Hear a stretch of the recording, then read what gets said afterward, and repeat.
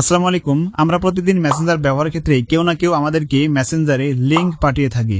কোনো একটা বিশেষ লিংক যখন আমাদেরকে পাঠানো হয়, তখন আমরা যখন সেই লিংকে ক্লিক করি তখন ফেসবুকের ডিফল্ট একটা ব্রাউজার দিয়ে কিন্তু সেই লিংকটা ওপেন হয়। উদাহরণস্বরূপ কেউ আমাকে একটা লিংক পাঠিয়েছে, দেখুন এখানে প্লে স্টোরের একটা অ্যাপসের লিংক পাঠিয়েছে। যখন আমি এই লিংকের উপর ক্লিক করছি তখন কিন্তু ফেসবুকের যে ডিফল্ট ব্রাউজার সেটা দিয়ে কিন্তু এখানে ওপেন হচ্ছে, আপনারা দেখতে পাচ্ছেন।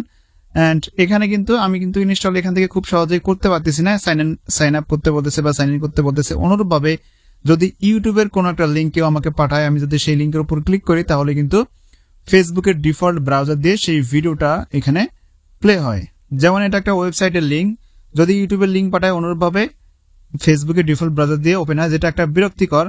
আমরা চাই যে অনেক সময় চাই যে আমি যদি প্লে স্টোরের লিঙ্কের উপরে ক্লিক করি সরাসরি যেন প্লে স্টোরে নিয়ে যায়, এখানে ফেসবুকের ডিফল্ট অ্যাপ দিয়ে যেন প্লে না হয়।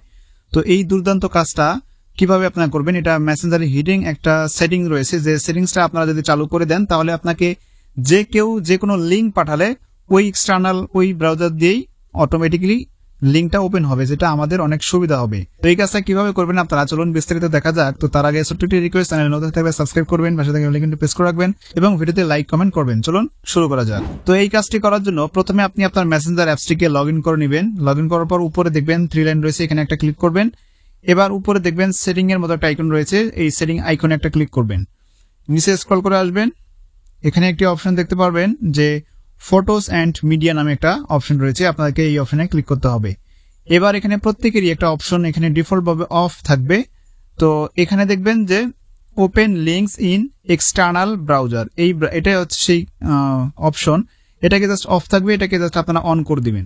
অন করে দিলে এখন যদি আপনাকে কেউ যদি কোনো লিঙ্ক পাঠায় তখন সাথে সাথে সেই লিঙ্কে যখন ক্লিক করবেন তখনই কিন্তু এক্সটার্নাল ব্রাউজার দিয়ে, অর্থাৎ প্লে স্টোরের লিঙ্ক পাঠালে ডাইরেক্ট প্লে স্টোরে নিয়ে যাবে, ওয়েবসাইটের লিঙ্ক পাঠালে ডাইরেক্ট ওয়েবসাইট দিয়ে মানে গুগল ক্রোম ব্রাউজার দিয়ে ওপেন হবে। আমি যেমন এখানে এখন যদি প্লে স্টোর এই লিঙ্কের উপর ক্লিক করি, দেখেন ডাইরেক্ট কিন্তু প্লে স্টোর নিয়ে গেল এবং এখান থেকে অ্যাপ মানে লিঙ্কটা ওপেন হলো। অনুরূপভাবে যদি আমি এখানে ওয়েবসাইটে এই লিঙ্কের উপর ক্লিক করি তাহলে ডিফল্ট ব্রাউজার দিয়ে কিন্তু এটা লিঙ্কটা ওপেন হলো, ঠিক আছে। দেন একইভাবে যে কোনো লিঙ্ক পাঠালেই, যেমন ইউটিউবে লিঙ্ক পাঠাই ইউটিউবে ডাইরেক্ট নিয়ে যাচ্ছে। সে এইভাবে কিন্তু খুব সহজ হবে আপনাদের জন্য। আপনাদের এই সেটিংসটা নিশ্চয় কখনো না কখনো কাজে লাগবে, কারণ অনেক সময় আমাদের প্রতিনিয়ত লিঙ্ক পাঠিয়ে থাকে, যে কারণে ভাবলাম ভিডিওটা আপনাদের মাঝে শেয়ার করি। তো কেমন লেগেছে আজকের এই ভিডিওটি? যদি ভিডিওটি ভালো লেগে থাকে অবশ্যই সাবস্ক্রাইব করবেন, লাইক করবেন, কমেন্ট করে আপনার মূল্যবান মতামত জানাবেন। দেখা হচ্ছে নতুন কোনো ভিডিও দিয়ে, সে পর্যন্ত ভালো থাকবেন। আল্লাহ হাফেজ।